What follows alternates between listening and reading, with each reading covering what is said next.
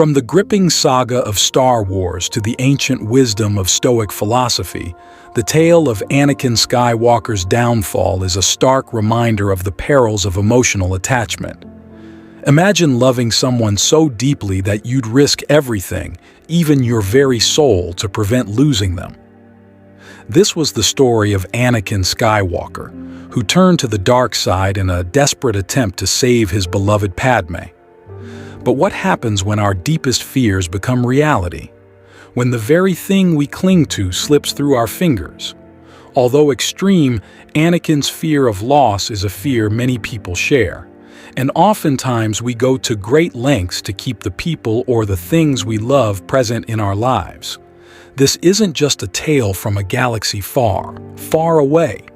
It's a profound human dilemma that echoes through the teachings of Stoicism. Today, diving into the depths of human attachment and loss, we delve into the teachings of Stoicism, examining how its principles can be applied as practical steps outlined for detaching from people and situations. So, I encourage you to stay with us till the end and take note of every step as an actionable wisdom guide to help you navigate the often turbulent waters of human relationships and emotions. 1. Step away from that person for a while. Sometimes the wisest action is to create distance, not to create a void, but to gain clarity. Picture this. You're in a vibrant party. The music's loud, people are talking, and amidst this, you're trying to understand a friend's whisper. Hard, isn't it? That's what it's like when we're too close to a person or situation. Our emotions, like the party noise, drown out clarity. Stepping back is like stepping out of the party into a quieter space where you can hear and think clearly. Seneca, with his profound insight, once said, "As often as you sojourn, return to yourself." This isn't just about physical space. It's about mental and emotional space too. When feelings cloud our vision, a step back helps us observe them, like watching clouds drift across the sky, understanding they're separate from us. This detachment isn't coldness. It's a way to observe the situation and our reactions to it, objectively. It's about seeing the chessboard, not just the chess piece you're holding. To apply this today, you don't need a villa in the countryside like the ancient Stoics. It can be as simple as turning off your phone for an hour, taking a walk, or just sitting quietly in a room. The goal is to find a space where your thoughts aren't drowned out by the constant buzz of life. It's in these quiet moments that we find the strength to make decisions, not based on immediate emotions, but on reasoned thought and inner wisdom. This step back is your power move, your space to breathe and see beyond the fog of the immediate. Step 2. Consider the rationality of distancing yourself.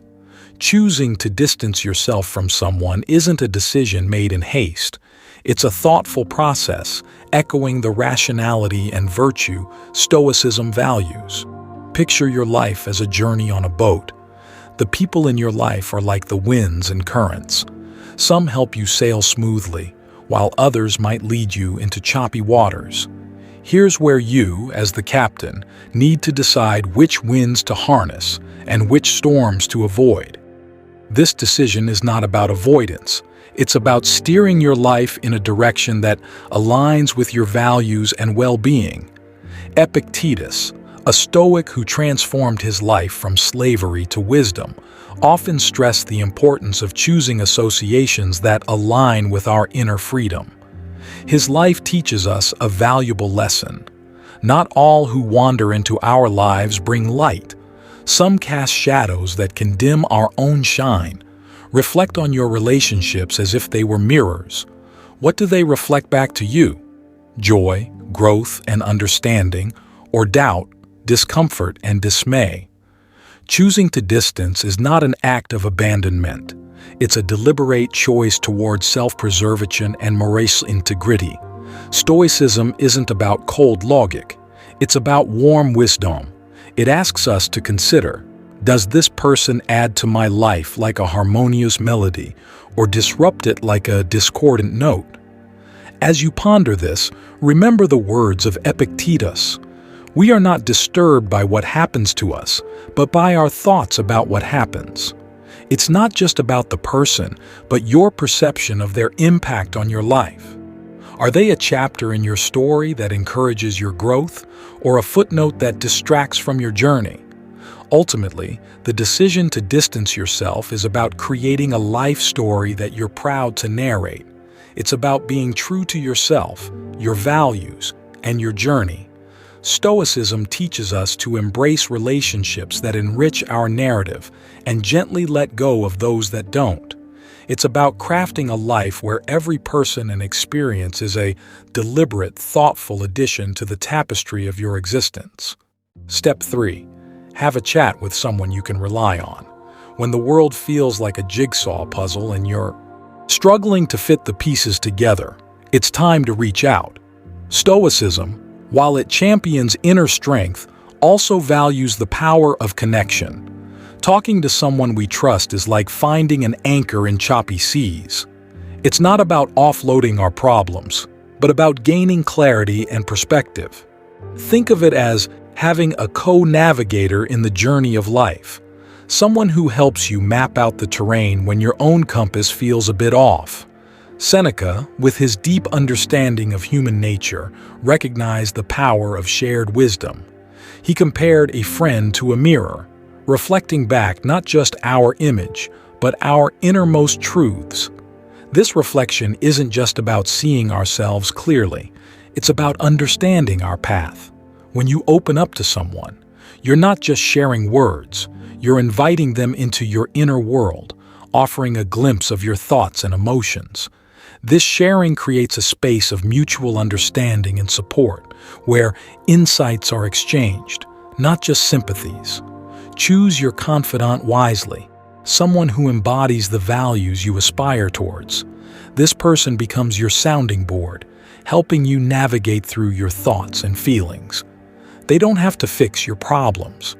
Sometimes, just having them listen is enough.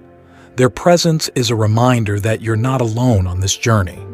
As you share your thoughts, you might find pieces of wisdom in their responses, little nuggets of truth that help you see things differently.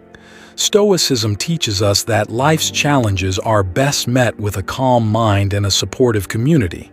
Your chosen confidant is part of this community, a testament to the idea that strength often comes from togetherness. Remember, detaching from a person or situation doesn't mean detaching from all human connections. In fact, it's these very connections that provide the strength and perspective needed to navigate life's complex tapestry. Your conversations with this trusted individual are more than just chats.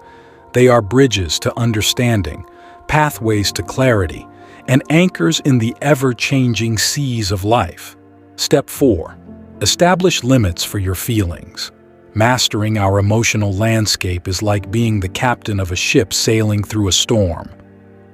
The waves are our feelings, powerful and sometimes overwhelming. Stoicism doesn't teach us to avoid these waves, but to navigate to them with skill and wisdom. It's about knowing when to let the waves carry us and when to steer our ship firmly. Our feelings are natural, yet without setting limits, they can sweep us away from our chosen path. The trick is to experience these waves without letting them capsize our boat. Epictetus, with his profound understanding of the human soul, reminds us that we are not troubled by things, but by the view which we take of them. This perspective is key to establishing emotional boundaries. It's like having a gatekeeper in our minds, one who acknowledges every visitor, that is, our feelings, but doesn't let every one of them take over the house, which is our inner peace. For instance, when anger knocks, we recognize it, understand its cause, but don't let it sit at our table and dictate our actions. It's about having a conversation with our emotions, understanding their place, and gently guiding them to where they don't overshadow our reason. Practically speaking, Setting limits could mean giving yourself a time limit to feel a certain way. Say, for the next hour, I'll allow myself to feel upset about this, and then I'll focus on solutions. It's not about denying feelings but managing their influence. It's a balancing act, like a tightrope walker who acknowledges the height but focuses on the rope.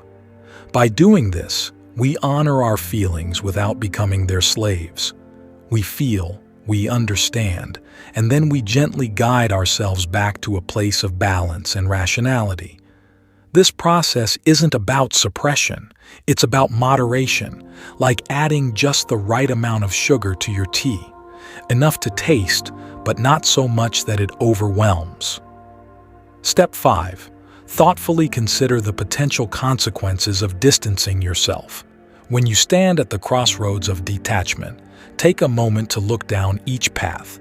Stoicism isn't about impulsive decisions. It's about thoughtful consideration. Imagine each road as a possible future, each turn a different outcome. What lies down the path of distancing? Will it bring peace, growth, and a stronger sense of self? Or will it leave a trail of regret and missed opportunities? This foresight isn't about predicting the future with certainty. It's about preparing for it with wisdom. Marcus Aurelius, a man who balanced the weight of an empire, once mused, "Look back over the past, with its changing empires that rose and fell, and you can foresee the future too." His words echo the Stoic practice of reflecting on past experiences to inform future decisions. Think about times you've distanced yourself before. What were the outcomes? Did the space bring clarity and peace, or did it lead to isolation and regret? Use these reflections as a guide, a way to learn from the past, to navigate the future. Finally, consider the impact of your decision on others. Stoicism teaches us to balance our needs with the greater good. In detaching, are you fostering your growth and contributing positively to the lives of others? Or are you potentially causing harm or misunderstanding? This step isn't just about self-interest. It's about harmonizing your well-being with the world around you. It's like being mindful of your footsteps in a garden, ensuring they nurture growth rather than trample the flowers. Detachment, in the Stoic sense, is an act of wisdom, a carefully weighed decision that considers not only the self, but the interconnected web of relationships in which we all exist. Step 6. Give yourself a break from social media. Picture your mind as a serene lake. Now imagine social media as raindrops, constantly disturbing its calm surface. These droplets are the endless updates, notifications, and comparisons that infiltrate our peace. Stoicism, a philosophy that thrived long before the digital age, still offers timeless wisdom for managing such disturbances. Seneca, who mused on life's brevity, would likely see social media as one of modern life's many unnecessary distractions. He once wisely noted, "Life is long if you know how to use it." This step of detachment, then, is about reclaiming our time and attention, about choosing where to focus our precious energy. In the world of social media, our attention is the commodity everyone wants. By stepping back, we're not just avoiding a digital deluge. We're giving our minds the space to breathe, to think, to be. It's akin to closing the curtains on a bustling street outside your window. The noise, the hustle, the constant movement, it's all still there. But for a moment, it's not your concern. You're in your quiet room with space to reflect, to understand, to grow. This break from social media isn't an act of escape, but an exercise in self-care. It's about discerning what enriches us and what drains us. As you take this break, observe the change in your mental landscape. Do you feel calmer, more present, more aware of your own thoughts and feelings? This awareness is the heart of Stoicism, understanding what we can control and letting go of what we cannot. It's about recognizing that while we cannot stop the rain, we can choose to step under a shelter and enjoy the sound of the droplets. Without getting drenched, Taking a break from social media in today's world might feel like stepping off a fast-moving train. It's quiet, still, but in this stillness lies clarity. As you embark on this social media hiatus, remember Seneca's words and use this time wisely. Read a book, take a walk, write in a journal. Engage in activities that nourish your soul, not just pass the time. This break is your time to reconnect with yourself. It's your moment to remember who you are in the quiet away from the crowd. Final step, focus deliberately on your fundamental needs. In this final stride on the path of detachment, turn your attention inward to the core of your being. Here lies the essence of Stoicism, focusing on what truly matters for your inner growth and well-being. It's about stripping away the non-essential, the noise, the fluff, and honing in on what nourishes your soul. This isn't about material needs. It's far deeper. It's about emotional sustenance, moral integrity, and personal growth. Think of your life as a garden. What does it need to thrive? Sunlight, water, care. These are the essentials. Similarly, identify what is essential for your emotional and spiritual growth and focus on nurturing these aspects. Epictetus, born into hardship, understood the importance of focusing on what truly matters. His teachings highlight the power of discernment, separating the wheat from the chaff in our lives. Wealth consists not in having great possessions, but in having few wants. Apply this wisdom to your emotional landscape. It's about knowing what you need to feel fulfilled, stable, and at peace. It's recognizing that sometimes less is more. In a world of endless choices and distractions, it's about finding contentment in simplicity and depth. Practically, this means taking time to reflect on what brings you genuine happiness and peace. Is it quiet time alone? Meaningful conversations with friends? Engaging in a hobby? Identify these core needs and make them a priority. It's like packing for a journey. Bring only what is essential. What adds value to your journey? This deliberate focus helps in detaching from the unnecessary, from people and situations that don't align with your fundamental needs. By centering your life around these needs, you create a foundation of stability and contentment. This isn't a one-time task, but an ongoing process, a constant return to what truly matters.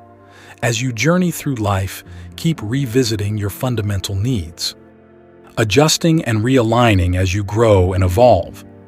This focus is your compass, guiding you through life's complexities with clarity and purpose. It's about living intentionally, not just existing. And in this intentional living, you find the essence of Stoicism, a life lived with purpose, wisdom, and inner peace. In embarking upon the path of disengagement from the entanglements of people and situations, we find a reservoir of profound insights and practical advice within the teachings of Stoicism. This philosophy invites us to momentarily step back, to weigh the reason behind our distancing, to engage in transparent dialogue, to set boundaries around our emotional responses, to ponder the repercussions of our actions, to take respite from the bombardments of external influences like social media, and to concentrate on our core necessities. Such actions are in harmony with the Stoic virtues. Stoicism, with its enduring sagacity, enlightens us that detachment is not akin to emotional numbness. Rather, it is the attainment of a serene and resilient inner state as we meander through the intricacies of human connections and the trials of existence. The tenets of Stoicism shine as a lighthouse of inspiration, steering us towards a life enriched with virtue, wisdom, and emotional fortitude. We welcome your thoughts in the comments. Which step resonates with you, or which one are you inclined to try? If you found value in this video, we encourage you to express your appreciation by liking it. Don't forget to subscribe if you haven't yet, share with those you hold dear, and ring the notification bell to be among the first to savor our freshly baked Stoic wisdom videos.